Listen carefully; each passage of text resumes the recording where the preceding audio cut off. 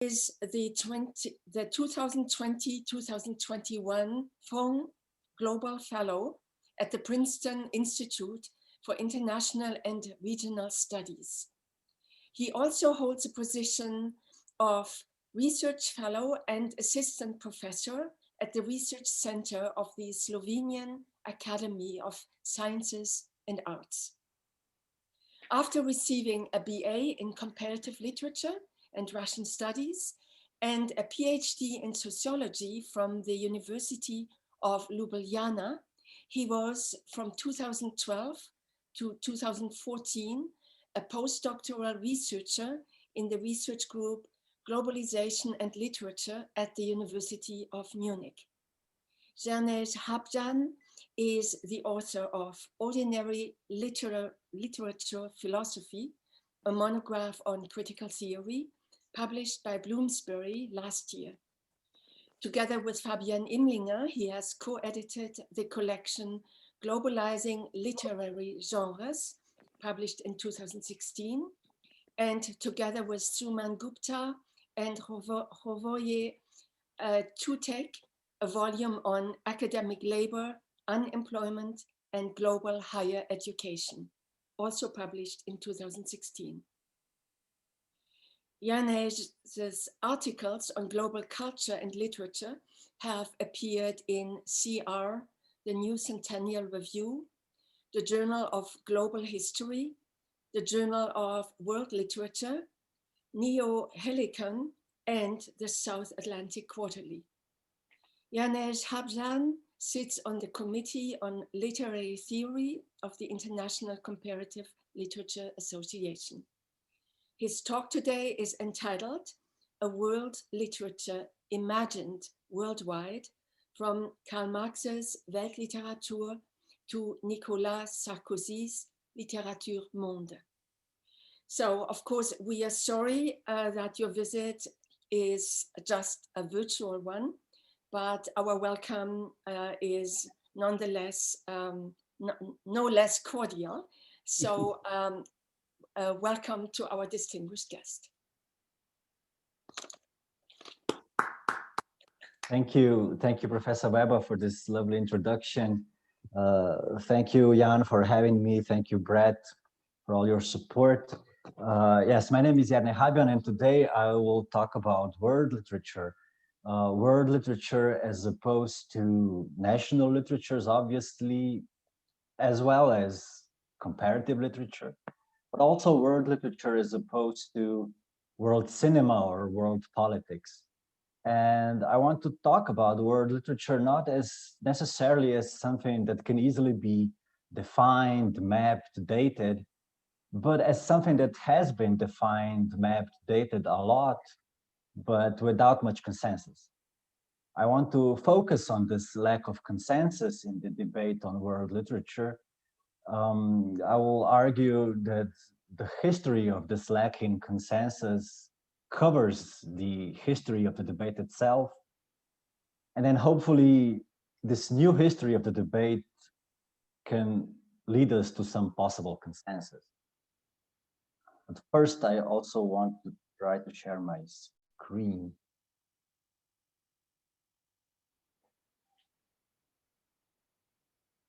So I hope it works. So rather than pretend I can define world literature in any direct way, I will try to show why people smarter than me have failed. So I will mostly talk about world literature by talking about how others have talked about it. I will, however, argue that this debate about world literature can itself be found worldwide. The debate about world literature is the most worldwide debate about literature, which doesn't say much. The fact that world literature is discussed all around the world isn't much of a surprise. Even a Slovenian scholar of Slovenian literature can view this literature as belonging to world literature. To me, the real surprise is that often the debate about world literature is in many ways a debate about world history. When people look at the art of literature at the level of the world, history itself seems to be at stake. So I want to talk about world literature as something that is talked about rather than directly read. Hence, world literature not as an empirical object ready to be observed, but as a notion to be conceived of, not as a clear text, but as a matter of context. This context inevitably includes me. If world literature is something that is talked about in a certain way, and if I myself talk about it in that way, then I have to say something about myself. I have to talk about myself simply to be able to say something coherent about the thing itself. But then in turn, as soon as I do that, I not only say something about how world literature is talked about, but I also display my approach. If I say something about the context of my research, I use the same approach as when I do my research. Because in my research, I mostly talk about context, the context in which world literature is talked about rather than merely read, debated rather than simply assumed. In this sense, context is always already text. So to try to say something relevant about myself, I want to look at something that has been said not so much about me as about my current students, or at least their peers. Something a Princeton professor said recently about his students. A year ago, when the pandemic separated professors from their students, Princeton launched a podcast on the pandemic called We Roar, featuring some of its faculty, staff, and alumni. One of these speakers included Professor of Philosophy and Religion, Andrew Shignell, and here is what he said about his recent and current students. And because I don't want to risk losing internet connection, I will do something very strange technologically. I will use Zoom to share a screenshot of the video instead of running the video itself. So this is Professor Shignell. It seems like the students that we are teaching now, they're 19, 20, 21 years old. So they were born around or into the 9/11 crisis, the series of wars. They became conscious of the news cycle at the time of the recession. Then there was the financial crisis and the crash and unemployment. And then there were a series of controversial elections. Now there's the pandemic, there's racial strife on the streets. So I feel like these people, their entire lives, we've been living in this contested situation. And you look at them, I think there's a sense in which they're used to this pendulum swing between hope and despair. So life is just one damn thing after another, as the saying goes. The saying seems to ring true to Professor Shignell when he thinks of his most recent students. Be that as it may, this string of world-scale events from 9/11 to COVID-19 does seem to provide the context for me as I look at world literature. 9/11 has brought a new interest in world literature, a new awareness in academia that continues into the age of COVID-19. The world-scale repercussions of 9/11 have made literary scholars and writers look beyond their national borders and imagine a world literature. What I try to bring to the table is the idea that it has always been that way. World literature has always been thought in connection with world-scale events or events with world-scale repercussions. In some periods, these repercussions were even more world-scale than those of 9/11. And in most periods, they at least seemed world-scale to those who responded by debating world literature. So even before the debate on world literature became a worldwide academic concern some 2 decades ago, it was already involved in world history for almost 2 centuries. Sure enough, in 2007, a French manifesto for world literature got a response even from the person who 2 months later became the French president. But as early as 1848, the German national poet, in his vision of world literature, got a response from the authors of the Communist Manifesto. So looking just at the far ends of the debate, 1848 on one side, 2007 on the other, we have the founders of Marxism, Marx and Engels, and one of the most anti-Marxist presidents of France, Nicolas Sarkozy. Marx and Engels responding to one German writer, the most important one, Goethe, and Sarkozy responding to 44 contemporary writers in French. And we have the manifesto by these 44 distinguished writers and the manifesto by Marx and Engels. One manifesto intervening in Goethe's salon conversations, the other manifesto intervened into by Sarkozy in his presidential campaign. These are just some of the genres, names, and dates of the debate on world literature. They and many others signal that the debate on world literature is also a debate on world history, and as such, a small part of world history. So my argument is the opposite of the argument made by Theo Dran, the author of the Routledge Concise History of World Literature, who is also one of the editors of the Routledge Companion to World Literature, as well as of the Routledge Reader entitled World Literature.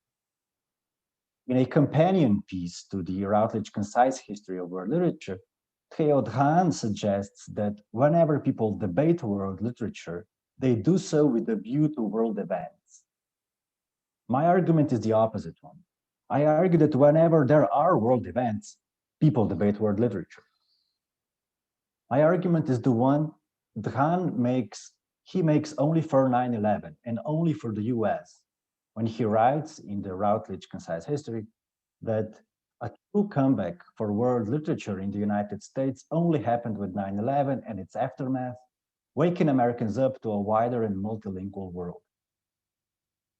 Or turning to another co-editor of the Routledge Companion to World Literature, Elal Kadir, my argument is the one that Kadir makes only for the term world, be it used in Goethe or in Herodotus, when Kadir mentions the consistency with which the invocation of something referred to as world repeatedly correlates and becomes coeval ideologically with cultural and political thresholds at traumatic cusps of history.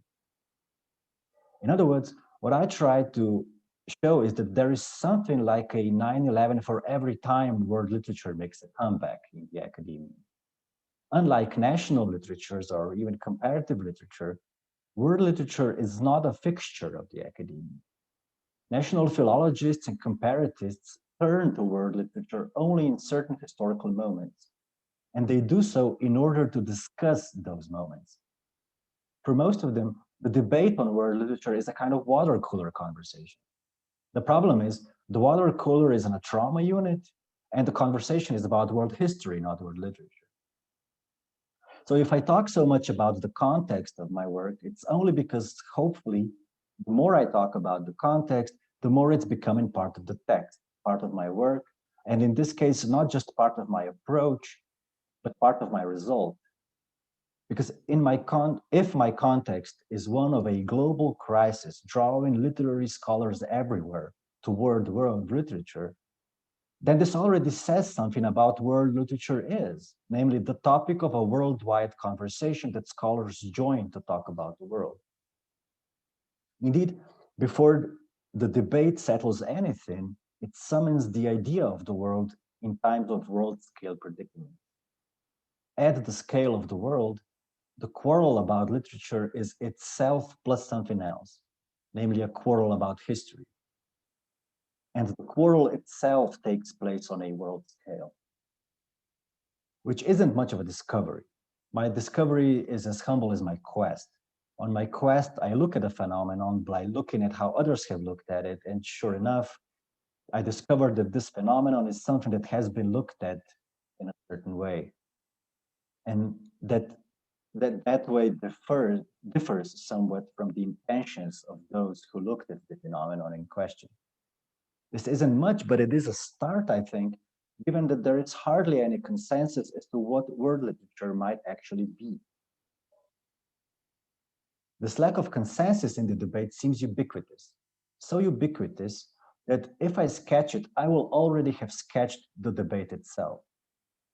Starting with German Romanticism, when world literature was still just Weltliteratur, this Weltliteratur was understood as opposingly as metaphor and metonymy. For an age in Goethe, world literature was like the world market. Weltliteratur was a metaphor for Weltmarkt. For the young Marx and Engels, it was part of the world market. According to Goethe, the market follows the natural order, allowing all people to exchange their wares, and allowing for a metaphorical market where all nations could exchange their literatures. Here is a typical statement from 1828. He who studies German finds himself in the marketplace where all nations offer their wares. He plays the role of interpreter while enriching himself. So in Goethe, the market follows the natural order. In Marx and Engels, the market has a nature of its own, devouring any natural order, including the orderly division of so-called natural languages. Here's what they wrote in 1848 for their manifesto. All old established national industries have been destroyed or are daily being destroyed. In place of the old ones, satisfied by the productions of the country, we find new ones, requiring for their satisfaction the products of distant lands and climes. In place of the old local and national seclusion and self-sufficiency, we have intercourse in every direction, universal interdependence of nations. And as in material, so also in intellectual production. The intellectual creations of individual nations become common property. National one-sidedness and narrow-mindedness become more and more impossible, and from the numerous national and local literatures, there arises a world literature. So, in 1848, Marx and Engels were as critical of world literature as Goethe had been enthusiastic about it just 20 years earlier. Goethe saw world literature as the result of nations willingly conversing via their literatures after they had been unwillingly conversing via Napoleonic wars.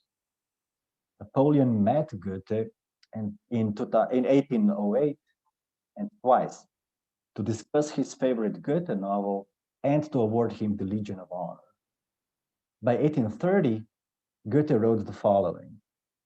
For some time there has been talk of world literature, and properly so, for it is evident that all nations thrown together at random by terrible wars, then reverting to their status as individual nations, could not help realizing that they had been subject to foreign influences, had absorbed them, and occasionally become aware of intellectual needs previously unknown.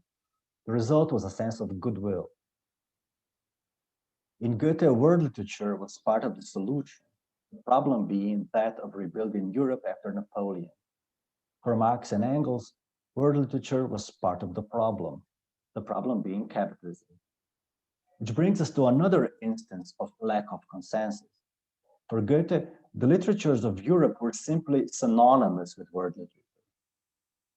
In 1829, he entitled one of his sketches Weltliteratur, and then changed it into Europäische, das heißt Weltliteratur. European, in other words, world literature.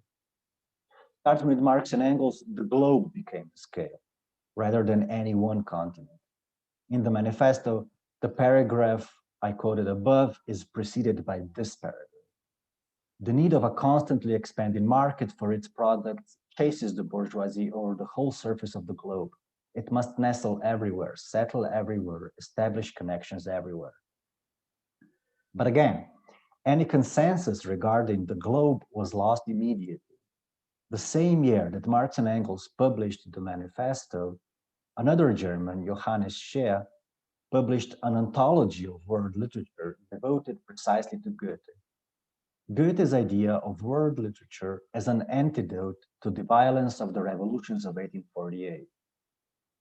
As Johannes Scheer noted in the third edition, he had edited the anthology in a time when there was no time for the beautiful, because it was completely used up by half revolutions and full reactions. By the end of the century, Goethe was praised in his language, German, by a Hungarian, Hugo Melzel, and by a Dane, Georg Brandes. Both promoted Goethe's Weltliteratur in order to counter nationalism, which they saw rising all over Europe. Even the terms they used are almost identical. Melzel spoke of an unhealthy national principle. Brandes warned against a jealous national sentiment. It took a world war and a communist revolution for Marx and Engels to make a comeback, or better put, to make an escape from Europe. By 1922, just a few years after World War I and the Russian Revolution, world literature was picked up by Maxim Gorky in Russia and by Zheng in China. World literature, that is, as a vehicle of internationalism. And it took another world war and another communist revolution, the Chinese one, for Zheng to become head of China's main Institute of Literary Research. In Soviet Russia, the Institute of World Literature was simply named after Gorky. By that time, even German disciples of Goethe began to doubt. In 1946, Fritz Strich published a book on Goethe's world literature, but feared that the war had made it irrelevant.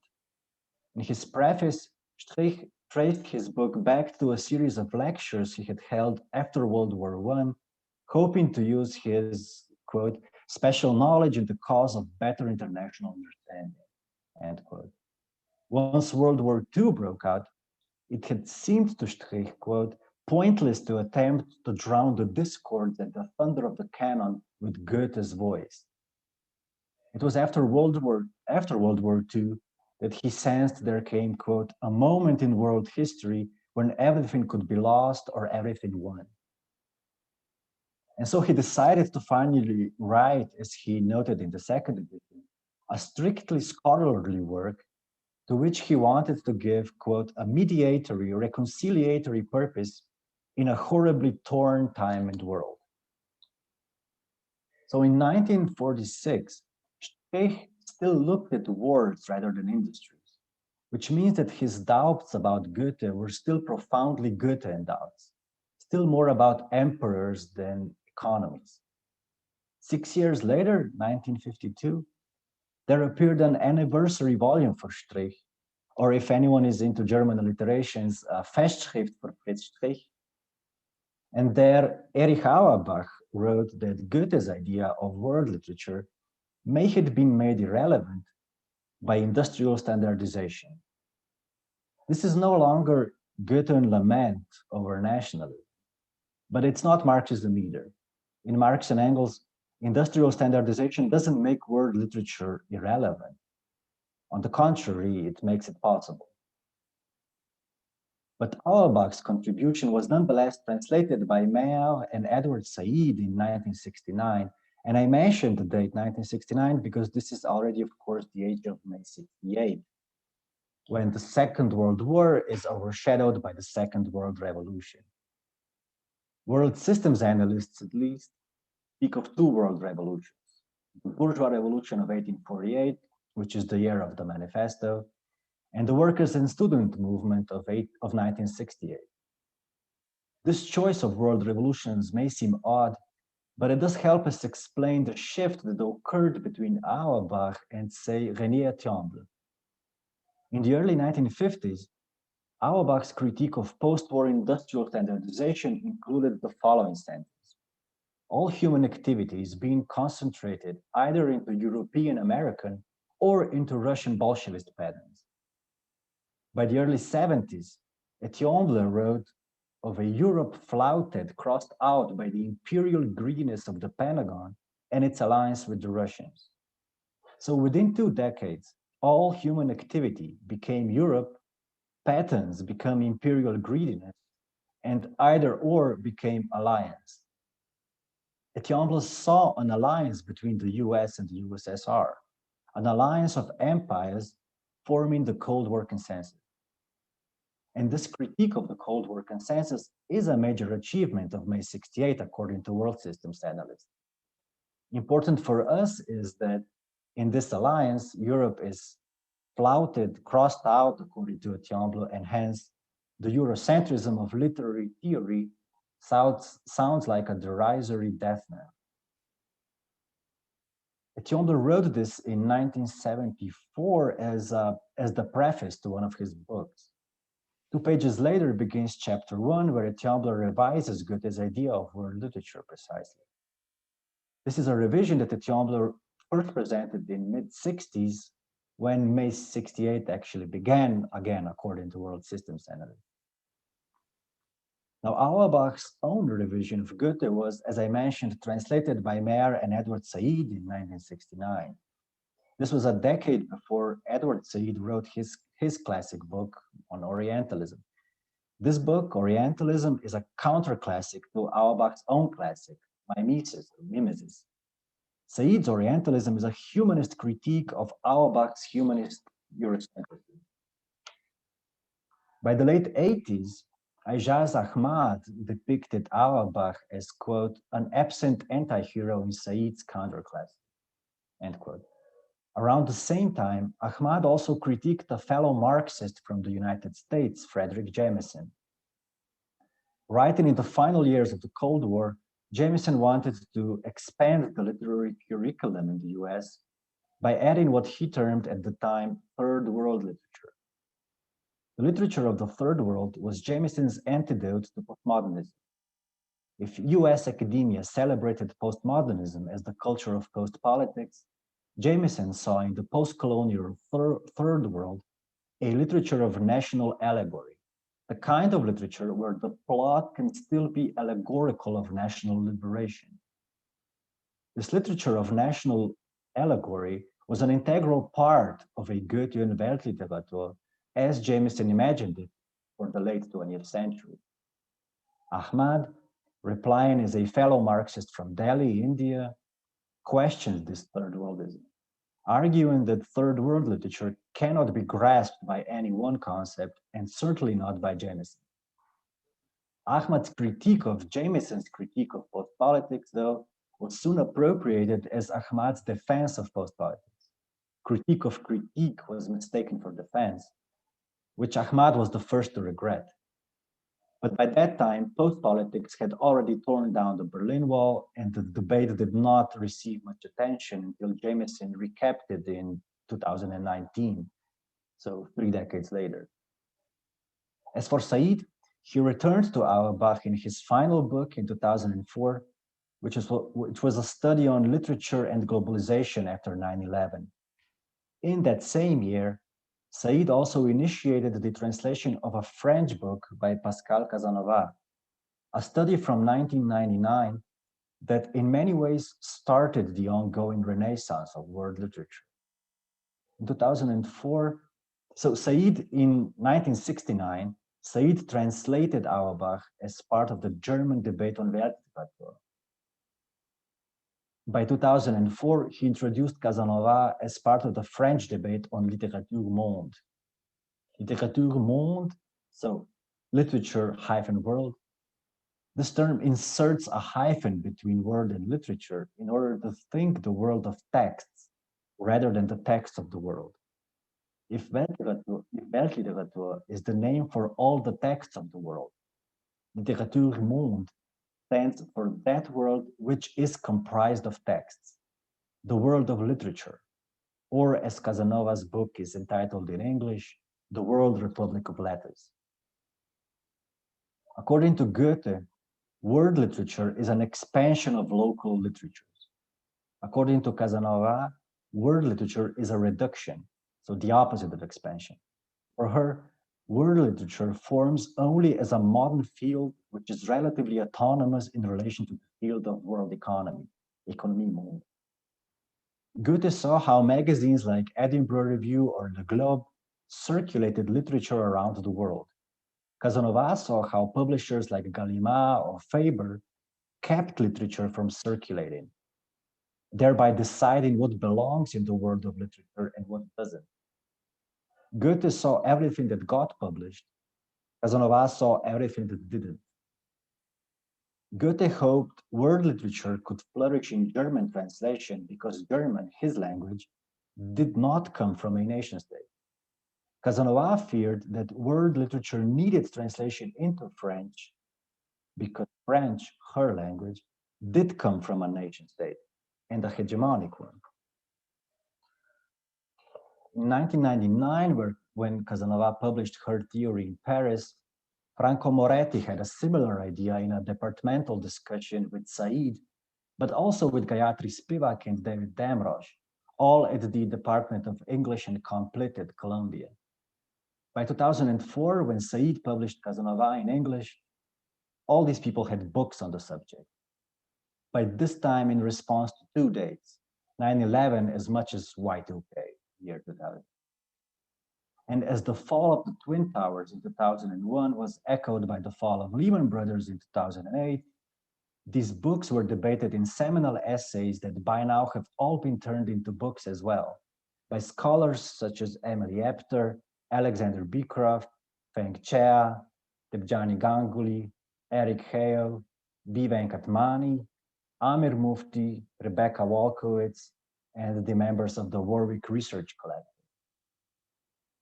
The antinomy between Weltliteratur and littérature-monde was not settled, though. This dilemma between the texts of the world and the world of texts was simply translated as the academic market commodified the two terms in its dominant language, English, and offered both world literature and world-literature, both pacifying ontologies of the texts of the world and heated debates about the status of the world of text. Both the expansion of literature beyond national borders, Weltliteratur, and the reduction of literature to a world of its own, littérature-monde. In both approaches, despite their differences, there seems to be the presupposition that there already exists an object, literature, an object that we only need to add to or take from to come up with the concept. Either add up all the literature to get world literature, or take away from literature the non-systemic bits to get world-literature. In both cases, the concept seems to be viewed as an intervention into given objects, not into given concepts. Thus, the antinomy persisted and was simply commodified as the choice between anthologies and monographs. As such, it was amplified by a renewed dilemma about translatability, the opposition between using translations and using originals. That is, the antinomy between reaching any text and reaching any meaning, between reaching distant texts via translation and reaching untranslatable meanings of originals. And then, powered by big data, this dilemma about translation was in turn amplified by the antinomy between close reading and distant reading. That is, between interpreting texts and analyzing archives, between studying individual texts via humanistic interpretation and studying archives of texts via scientific quantification. As a result, in 2013, when the debate had long become a reaction to the Great Recession of 2008, as much as to 9/11, so in 2013, within the same week, Verso Books published two books by Moretti, one using close reading, the other one entitled Distant Reading. In that same week, however, Verso also put out a third book by Emily Apter entitled simply Against World Literature. So now we don't even know whether we're supposed to be for or against the thing.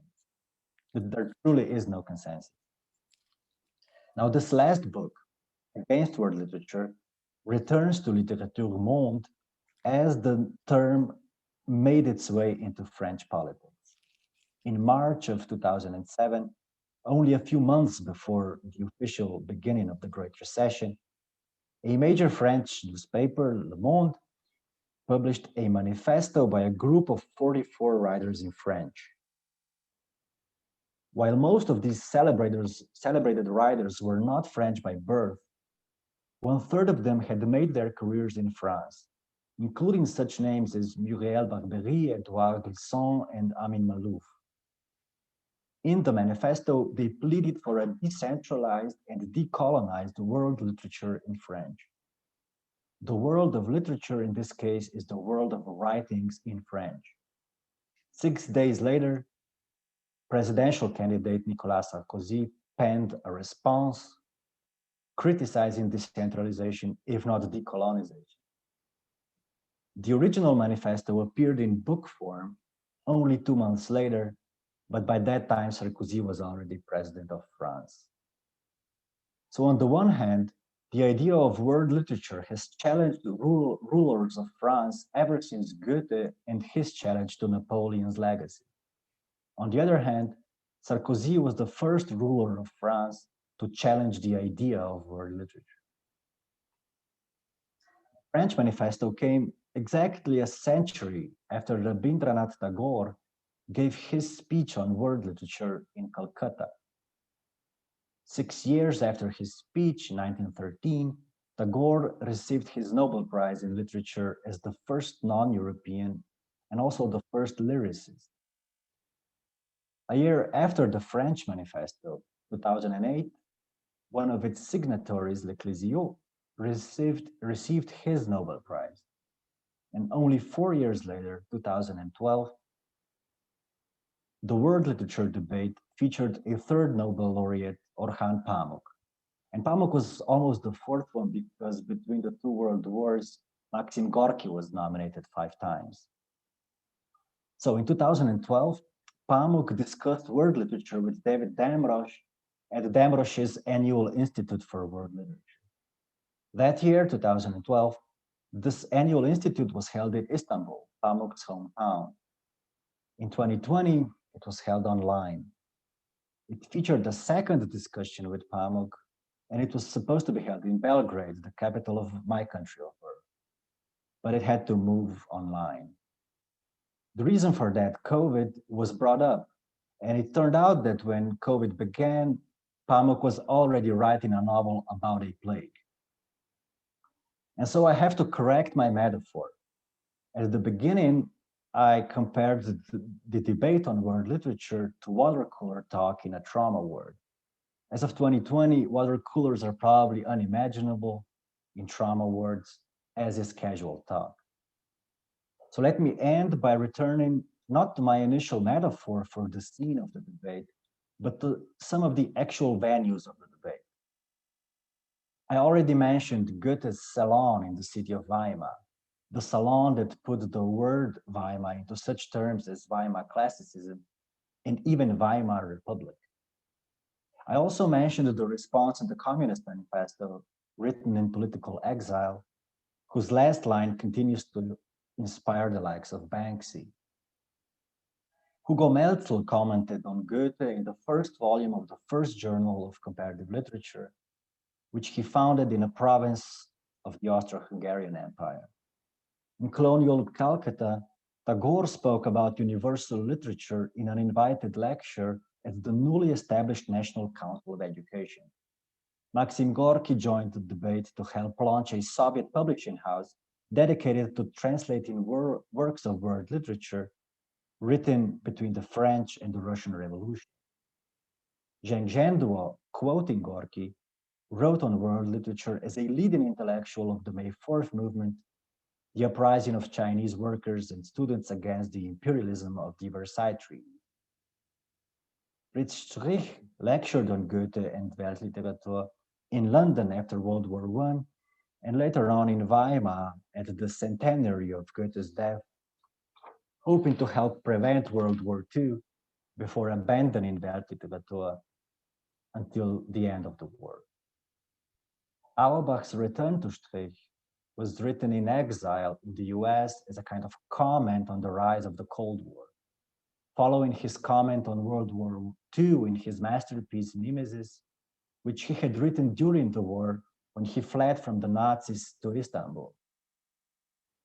In the US, students of Auerbach included Frederick Jameson, whose debate with Ajaz Ahmad was in turn a comment on the Cold War and its fading.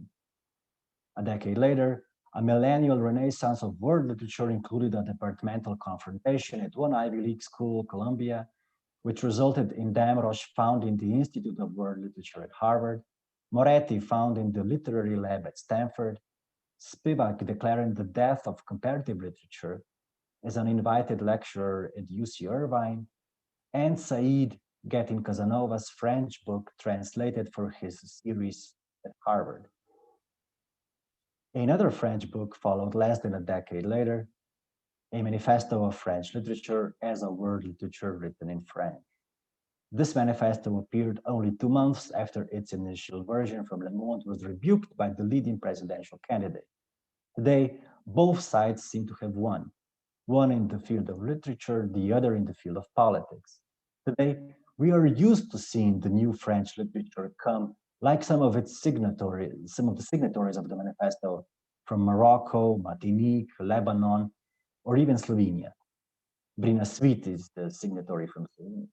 But we are also used to seeing French politics still come only from the most exclusive part of Paris. So these are some of the places I tried to condense in my metaphor of the watercolor in a drama world. As we've seen, the latest place, the virtual space of Orhan Pamuk, defies this kind of condensation. So rather than condense all these different places in a metaphor, we might do well to displace them in a metonymy, to propose a space that can be found in the vicinity of all these places, a space that all these places approximate in one way or another. That space, I think, is the global. The global is a kind of horizon of the debate on world. It's the space that the debate inhabits without ever covering it. The space in which the debate makes sense. So to conclude, if we historicize the debate, the global emerges both in what is debated and in the way it is debated. What is debated is literature on a global scale. And the way this is debated is as a series of invocations of ongoing events imagined on a global scale. Moreover, this way of debating world literature by evoking seemingly global events is registered within the debate, becoming part of what is debated. Conversely, the global scale of what is debated helps the debate spread across the globe. Hence, the subject of the debate is both the history of a potentially global literature and the immediacy of possibly global events. This is the double subject of the debate. As for the debate as a subject, debate as a subject in its own right, it is both commentary on possibly global events and commentary that is itself potentially global in scope. Whether or not these potentially global phenomena are ever indeed global, this question lies outside the debate. To answer this question, the debate has to be historicized. This was the aim of my talk. Thank you.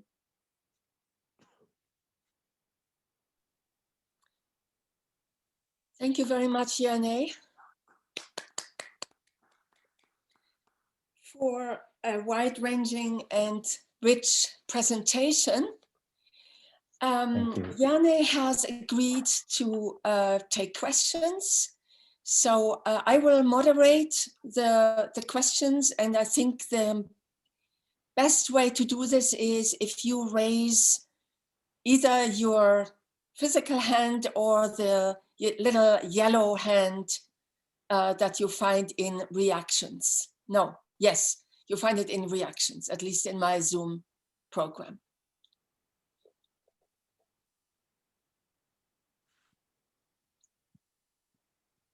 So who would like to start? Yes, Bishnu, please. Thank you for that talk. That was amazing, sort of to capture that entire arc is difficult. I'm totally with you on this notion of a kind of an emergent horizon of the global, you know, from which we think world literature, and especially your suggestion that this is kind of a historical contingency. World literature itself is historically contingent, and there is a kind of a performative enactment to it. And I'm very persuaded by, you know, the distinction you make between Casanova and Goethe, the reduction of world literature to a supplement, which many of us have fought for many years, you know, having to teach one course in the literature of the world, you know this debate, and the other, which is world literature as expansion or inclusion. But I'm wondering how you think about the thing that we all run up against, which is it never dislodges methodological nationalism of literary studies. So it's not about linguistic geographies, yeah, literatures and English literatures and French literature, that is a much more expansive horizon. But when we are training students, job markets, employment, I mean, it's still a methodological nationalism. And whatever, how, I think the conversation has been fabulous on debating world literature, it never seems to dislodge that. So I'm just wondering whether, I haven't followed the very recent debates, but this critical space that you're arguing for, whether part of it is the question of methodological nationalism within institutions. Yes, absolutely. Thank you for your comment. I agree, and I've been showing these book covers, so yeah, maybe I'll just remain on this superficial level, and perhaps there is nothing but superficiality here anyway. So as I mentioned, Spivak, her response to the debate after 9/11 Y2K is doing the Welleck Library lectures at UC Irvine and entitling it the death of comparative literature, death of a discipline, the discipline being comparative literature. Her proposal being studying planetary literature. So the book came out. So yeah, the lectures are 2001. The book is 2003. This year, 2021, Damrosch, one of the interlocutors in 1999 at Columbia, who then quickly goes to Harvard. She's actually the only one who stays at Columbia. So his book he also has the book in 2003 entitled "What is World Literature?" ? This year, so 18 years later, the book is about comparative literature, and one of the chapters is the rebirth of a discipline. So, if the debate, at least within our century, our millennium, the debate started with death of a discipline. Today we have this major book, where the whole point is the rebirth. And this goes back to methodological nationalism, because comparative literature is comparing national tradition, ultimately, or regional traditions that in 99% will be national traditions. If you believe, as I do, Benedict Anderson, literature is a vehicle of nationalism. So of course, most of the literatures that we deal with will be national literatures, because nation is imagined in A, novels, B, newspaper. So yeah, and then if you compare, if you don't produce a new concept, which is what world literature is trying to do, you're stuck with comparison, and comparison is between nations. And as widely as you will go, the wider you go, the more it becomes obvious that you're comparing givens, that you're treating the objects of comparison. I'm talking about the discipline, I'm not talking about individuals, but the discipline, yeah, it needs the idea of national literature. Yeah.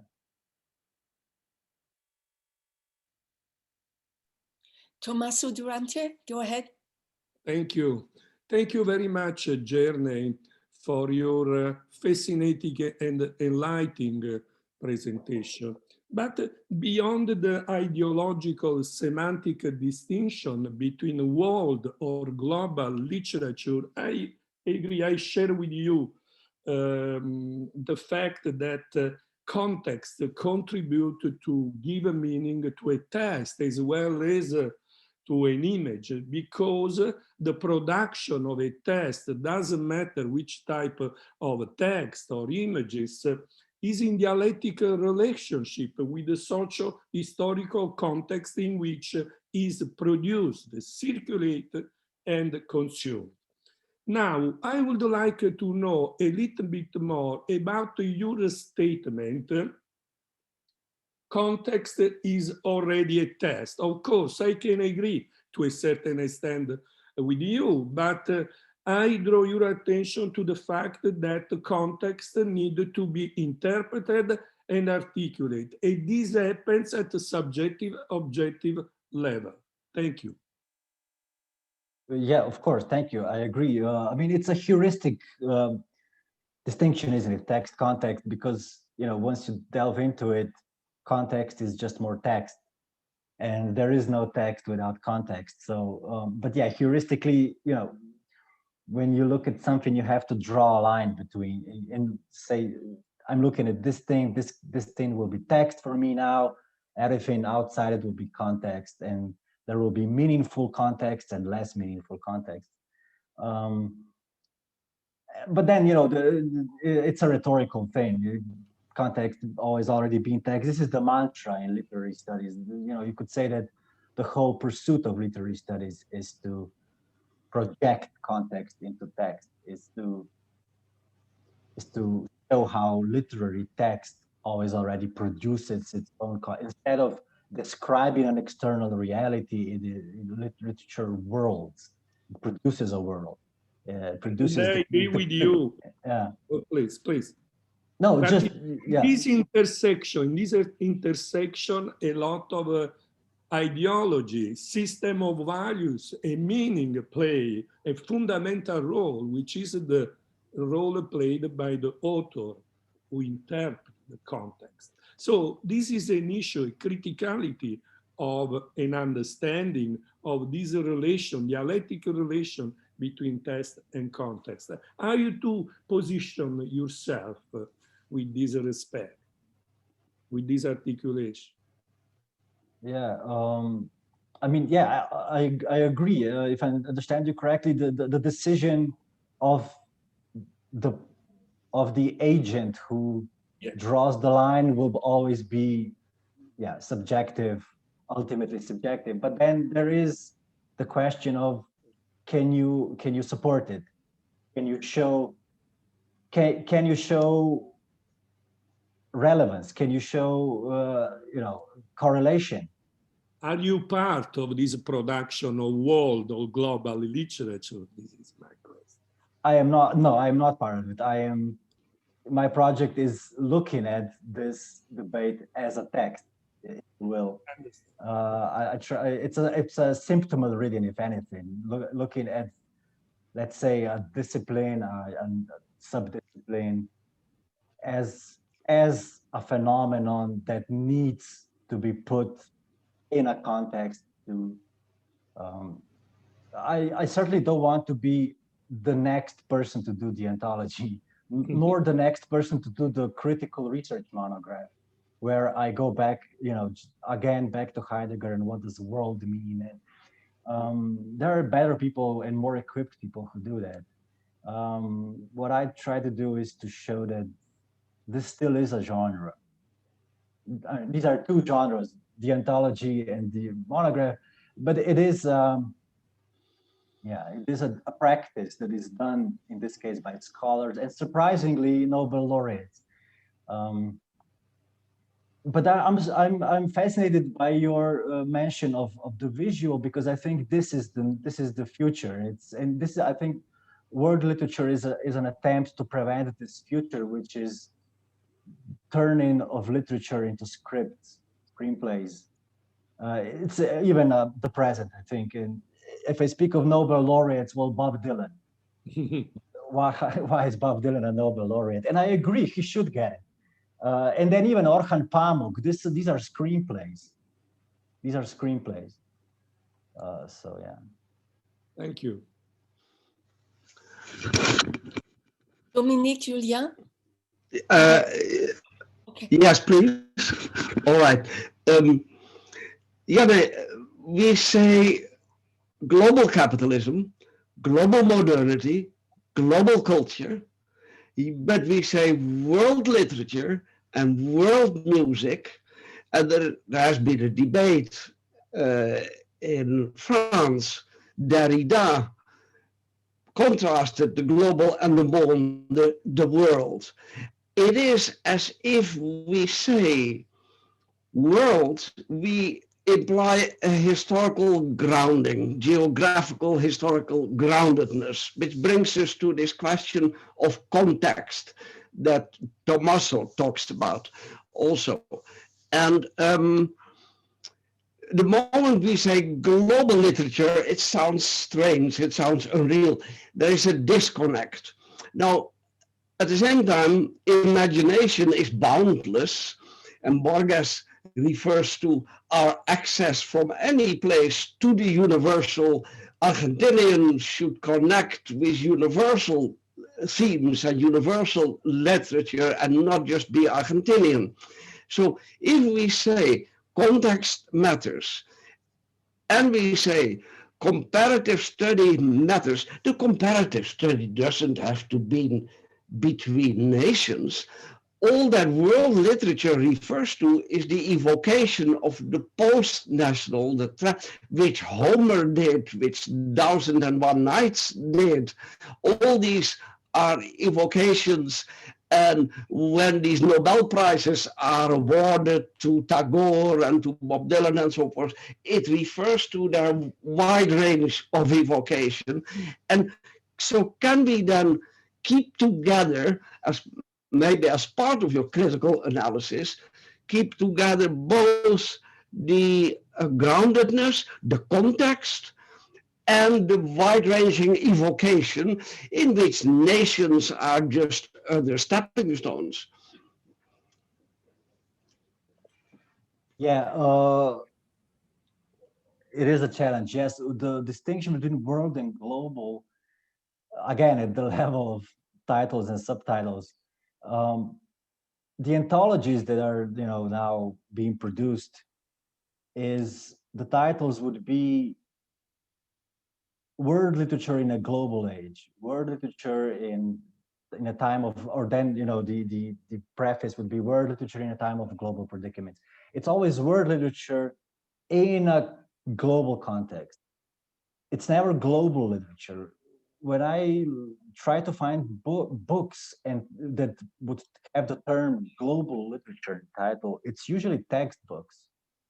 So the implication is global literature is, it's something that you show to students, and and then you try to grasp examples from as many parts of the globe as possible. That's when that's when the publishing industry uses the term global literature in the title. Or global literature is the global novel, literature, contemporary literature that thematizes the global. So again, Orhan Pamuk, or David Mitchell, Cloud Atlas, or the movie Babel, the entrelacement narrative, where you have one character that lives here, another one lives there, then a third one, an omnibus, and then at the end, voila, they all come together in this manifestation of the globe. These would be the two moments when global literature is used as the term.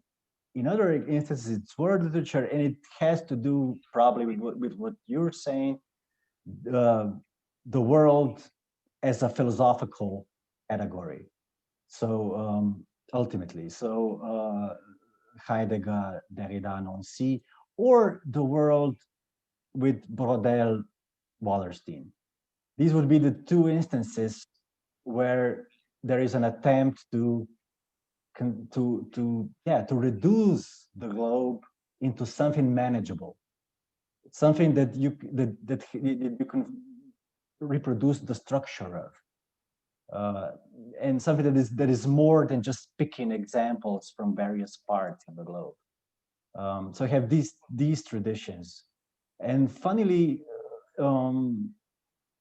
when I mentioned these books around 2000, so around 2008, post 2008, Gianni Ganguly, Feng Chia, Eric Hale, Beecroft, Amir Mufti.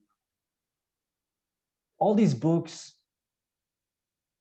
are based in post-colonial studies, most of them go back to Heidegger. This is interesting. So worlding, literature as worlding is relevant for post-colonial scholars. I guess Peng Chia is most vocal on it in an attempt to show how the West worlded the rest with their, Kipling, and how the rest is trying to world itself in its own art, or in its own literature in a different way. So I have this strange, or seemingly at least strange. You'd think Wallerstein and Brodel would be the guys for post-colonialists, but no, it's Heidegger and Nancy. So, but equally, in both cases, there is attempt to do something more and something less than the globe. So first Abdul Ghaffar and then Vladimir Hamed Troyansky. Okay, thank you. Am I audible? Yes. Yes. Okay, thank you so much for the fruitful discussion. I have two questions. One is related to the link between literature, world literature, and colonialism and new imperialism. If we go back to history, we see that there was a close link between colonialism and the literature that was produced during that time. It was highly influenced by the colonizing country or the colonizing nation. So in that case, Britain's and European literature was in a sense enforced in the countries they colonized over the indigenous literature. So do you think that there is a link today after 9/11, if we see most of the literature produced over terrorism and the Islamic world is highly dominated by the American literature and American perspective? One. My second question is related to participation or contribution to this world literature. You said about, you mentioned Tagore and Amir Mufti, but apart from these two names, I don't see any contribution from the Islamic world in the contemporary world literature, especially the Islamic world. A few names like Khalil Gibran and a few others, and from other Asian countries.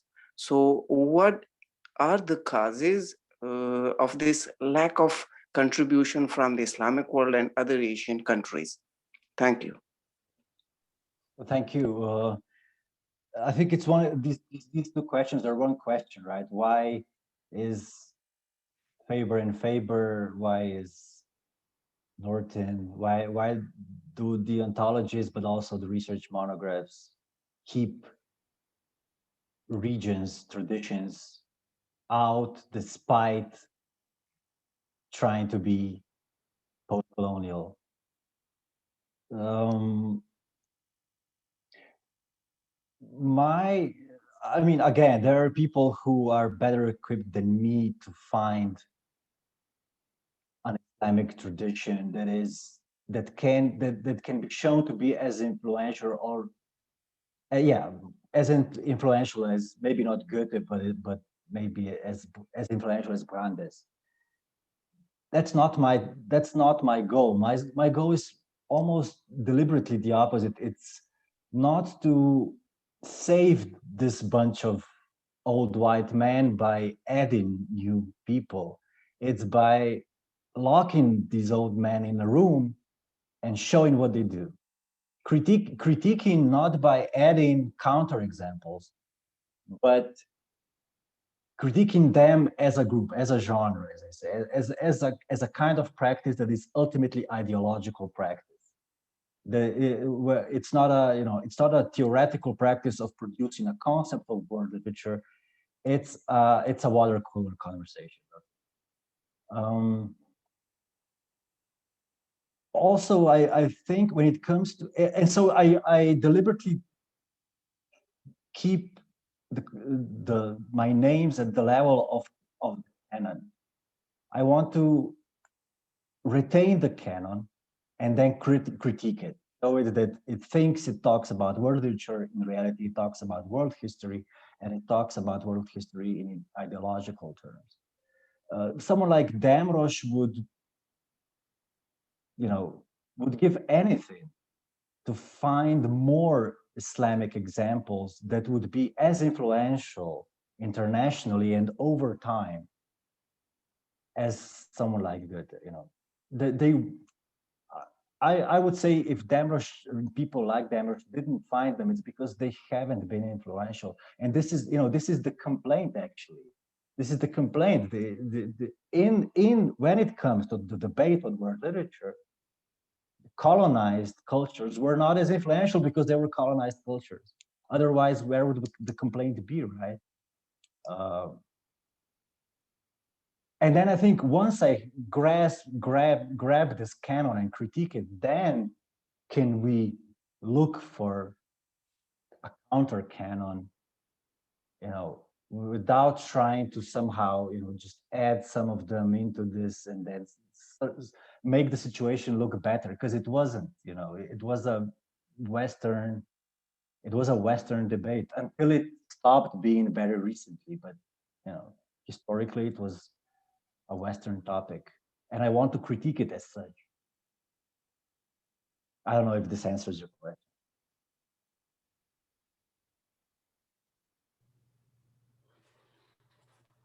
Vladimir Hamed Troyansky. Thank you very much. Thank you for this incredible talk. I have two questions about the debate on world literature. The first one is, to what extent the rise of digital media in the last decade or two and the proliferation of digital venues for publishing affected the debate about world literature, right? What world literature is and what its future is. And then the next question is about the language. I'm wondering how, so I'm thinking about canon you mentioned, right, and many names that, come from European literature. I'm wondering how the rise of English as a dominant language in international publishing, international translation, international academia, including presumably the scholarship critiquing world literature. So how did the rise of English affect the debate on world literature?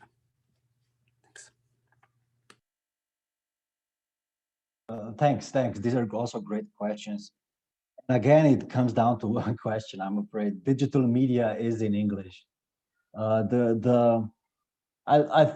would say, well, this world literature debate is it is globally probably the most prevalent type of literary studies, and this is simply because, as I say, even if you just do Slovenian literature in Slovenia, you cannot argue that this is part of.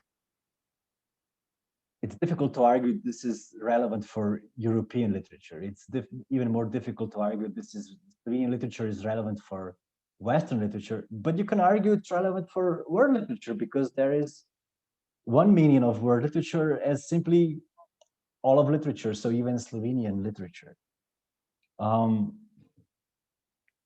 So globally, this is the debate, but then if you look at where the money is, I think in literary studies, there are two things now, neuroscience and digital humanities. I don't know about neuroscience, but digital humanities, if anything, enforces English because it relies on, Moretti, I mentioned, literary lab at Stanford. If I'm not mistaken, Stanford owns half of the code of Google or something. And I'm not saying Moretti had access to code of Google, but Google is digitizing literature, and this literature is mostly in English. So one wanted to do big data analysis of literature in English, no problem. Can you do it in Slovenian? Not really. Can you do it in Spanish? You can, but not as well as in English. So the rise of English and the rise of digital media in the case of literary studies is the same thing. When it comes to my debate, I think English is a kind of vanishing mediator. The debate is, and again, it's a Western debate, I'm afraid, is Weltliteratur and then littérature-monde.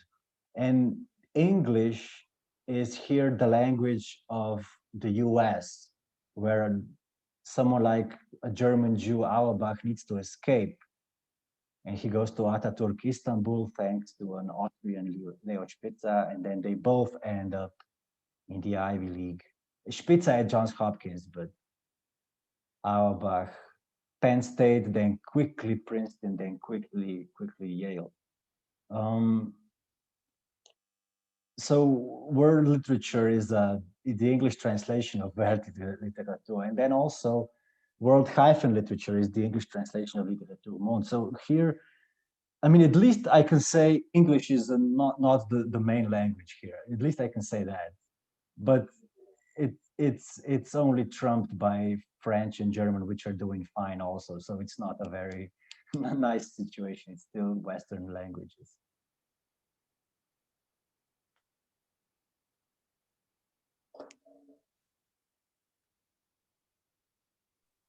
Yes, Bashkar, please.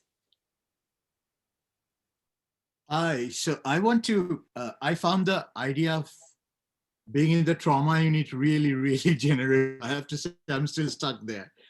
So from that, I wanted to ask if we're in the trauma unit with world literature. And I find that the most provocative part of your talk today, that the debates around world literature rise up exactly at moments of global crisis or war crisis. So then, is world literature performing the function of some kind of a band-aid masking over the contradictions of the world or the global? Or is it something like a talking cure that's actually taking us through the problems and hopefully pointing to some beyond? But then I started thinking that whole idea of the talking cure also will start to fall apart because, okay, we have made nationalism into a bad object, but national languages still matter. Languages really matter when you're talking about literature. So we may say that comparatism is bad, nationalism is bad, all of that, but the language problem is still there, right? So how do you do the talking cure with the world literature? And this may be a bit of a jump, but I guess that's what my main interest is. Is the world in world literature the same as the world in world cinema and world music? And I think your quotations from Marx and Engels would show a possible, point certain kind of answer. But I mean, that answer is well known, right? It's the market. But beyond that, is there something about literature that's doing something specific that world music or world cinema doesn't? I don't know. I'm just asking. That has to do with talking cure, maybe. Yeah, thanks. That's provocative. Yeah. I mean, I'm sure, if nothing, the medium makes the difference. The translatability of literature is different than translatability of music and cinema. Not necessarily more difficult, but just different. Yeah. And yeah, I don't know. In world cinema, you have these trends when suddenly, I don't know, even Slovenia at some point got a bunch of awards. A small nation will be discovered. Oh, wait, they are civilized too. They do movies too. And then a bunch of awards for a couple of years and then nothing. And then there's a new nation. yeah, you have this in literature too, obviously. So I would say three different kinds of talking. Oh, yeah, so there's my reply. Literature is a talking cure, world literature. World music is a singing cure, and world cinema is a shooting cure. That's my answer. If I could follow up on this, because I mean, I want to follow up on Bashkar's remark that languages do still matter. You know, and the goal might be that they would matter more than nations. And I think what the particular contribution of literature might be is that in you know, the best pieces actually do expand national languages, right? They change national languages. I mean, in you know, ideally. So yeah, I would like to have your thoughts on how this, I mean, that's what literature does, right? It is a creative potential that has an impact on the language. So how do you figure that potential? I mean, I know, again, it's in an ideal world, perhaps. But you know, that also goes beyond the question of the methodological nationalism, because you know, that's why we are in literature, because literature transcends the methodological nationalism insofar as it stretches and changes and expands a national language. Yes, absolutely, you're right. And I think the greatest, the most ideological, the most damage that world literature does is precisely to scale up to the level of the world where this, I'm afraid, is no longer the case. So at the absolutely at the level of text, of text, literary text, the way literature at the level of text uses language is to make the native relearn the language. It's to constantly to deconstruct the idea of, yeah, absolutely, the idea of national language. You know, you're 6 years old, you go to your school for the first time and you realize you don't know your mother's tongue. You have to learn everything. And you have to look at the notes to understand Shakespeare. And when you scale up to world, you know, to the level of the world, you end up with one example from Hungarian and one example from Lithuanian and 17 examples from French. And there, I'm afraid this is gone. And then the challenge would be to find another way to quilt these examples up in a way, together in a way that they, as a group, become a text again. And again, do some of the work an individual text is capable of doing. So constructing the very notion that, oh wait, I already know this language, I'm able to read this in this language. So, yeah, that's also why, for me, it has, you know, the notion of distant reading. It still doesn't make sense. By the way, in terms of translation, I think translation studies might be more promising there, because you know, when you think of the task of the translator as defined by Walter Benjamin, it is actually that the translation would change not only the target language, but also the original language, right? And yeah. So what you just called quilting, I think, might in a more productive way happen in those practices than in some distant reading notion of world literature. Yeah, I agree. And translation is definitely a specter when it comes to world literature, because if there's another case study for my kind of talk, it's translation studies. There too, this is the only other example I could think of where, again, if you're a Slovenian scholar of Slovenian literature, I'm just saying, it's relevant for translation studies just because it's written in a language and hence is our, not just conducive to translation, but is a translation. A literary text is a translation of its predecessors, of its intertextual heritage, and so on. So yeah, but I would be interested in seeing DH, the distant reading, digital humanities, do the same thing. I think due to the Marxism in the Trotsky, okay, there is some Marxism in the Stanford Literary Lab, at least it was before the founder got Me Too'd and went away. That there are moments that I think due to Marx only, some of the projects do come close to where some of the, I don't know, graphs they do, or just visuals they do estrange the tradition in a similar sense than an individual Shakespeare sonnet estranges early modern English. But yeah, absolutely, it's not every day that this happens, and it's not probably the intention of distant reading either. May I offer a comment if nobody else has a question? I've already spoken. No, this is an amazing discussion that's developed from what you were responding to Elisabeth.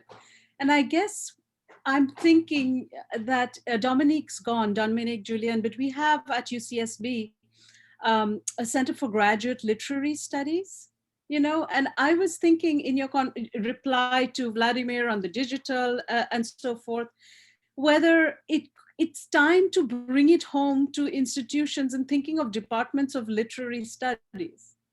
If literature is our object, and not anything else, then you could think of, a course on modernism, which would pick from Slovenian modernism, Chinese modernism, English modernism, and put it together. This is what English departments do. They have specialists for 20 years, right?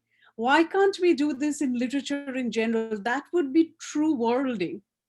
It's not worlding a supplementary idea of the world, and thereby question the notion of modernism, right? Exactly. Exactly. Well, Casanova was working in radio in Paris when she was writing this book that basically returned the debate for the century. She wasn't an academic, and then the book exploded thanks to probably Said when so even French wasn't big enough. Even Seuil, Edition Seuil wasn't big enough. It had to be Harvard and Said's book series. But she was then picked up by, I think, Jameson, definitely Duke. She then became affiliated with Duke. There, the literature department is called the Program in Literature. So just copy that.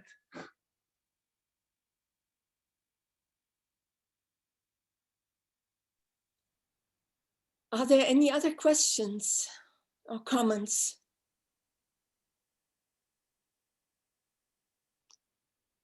If not, I will thank you very cordially for your very exciting talk. And Jan, do you want to say goodbye as the host of Global Studies noon seminar?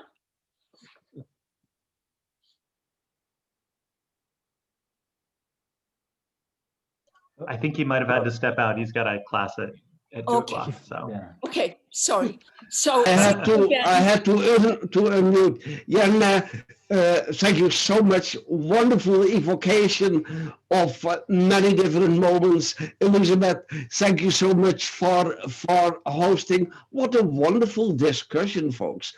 I enjoyed it so much. Thank you. Thank you, everyone. Thank you for coming in. Yeah, thanks. Yeah. Thank you, Professor Weber. Thank you, Brett. Thank you. Thanks. Bye. Bye-bye. I have to go, yes.